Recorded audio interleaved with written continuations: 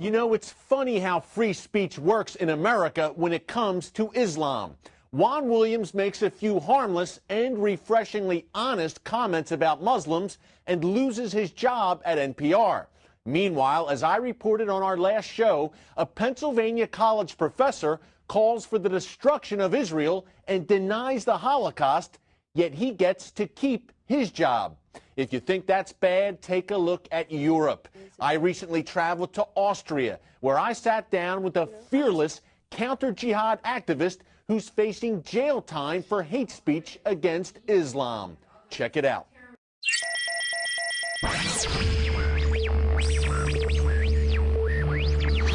Elizabeth Sabadich-Wolff still remembers her first exposure to Islam as a small child.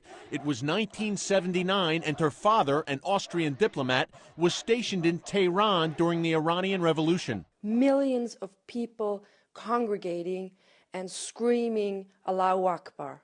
That began an eye-opening journey for Sabadich-Wolff, who would be stationed in several Islamic countries over the course of her own diplomatic career.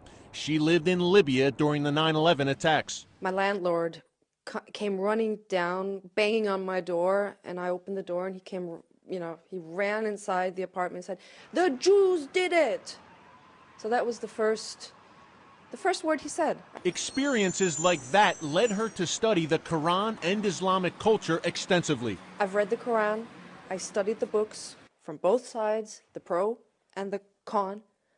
And I can tell you from what I've studied, Islam is a political ideology disguised as a religion. Back in Austria, Sabadich-Wolff lectured on the subject, and her comments on the Quran outraged a writer for a left-wing Austrian magazine. She took it to her editor, and they apparently then decided they would take it to take it to the lawyer and take it to the public prosecutor's office. The Vienna prosecutor charged her with hate speech against Islam. She told CBN News she merely quoted directly from the Quran. I quoted the Quran. I told them even, in the lecture, which Quran I used, which quote. Some of them even had their little Qurans with them, and they were flipping the pages, checking on me.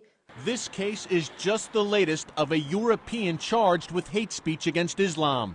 Dutch parliamentarian Geert Wilders expects a verdict in his hate crimes trial later this year.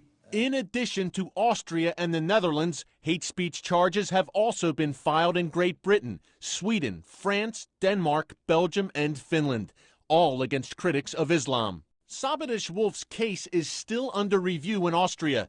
In the meantime, the self-described feminist says she will continue to speak out for the sake of future generations. Maybe we're all wrong. Maybe this is the way to go. Maybe Islam is really peace, and we're wrong.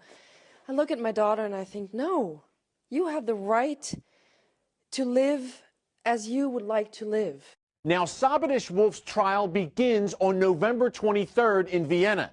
If convicted of hate speech against Islam, she could face up to 3 years in prison. I encourage you to visit the website you see here on your screen and show your support for Elizabeth Sabadich-Wolff. Her case is a cautionary tale for America. You think these speech codes can't come here under this administration? Think again.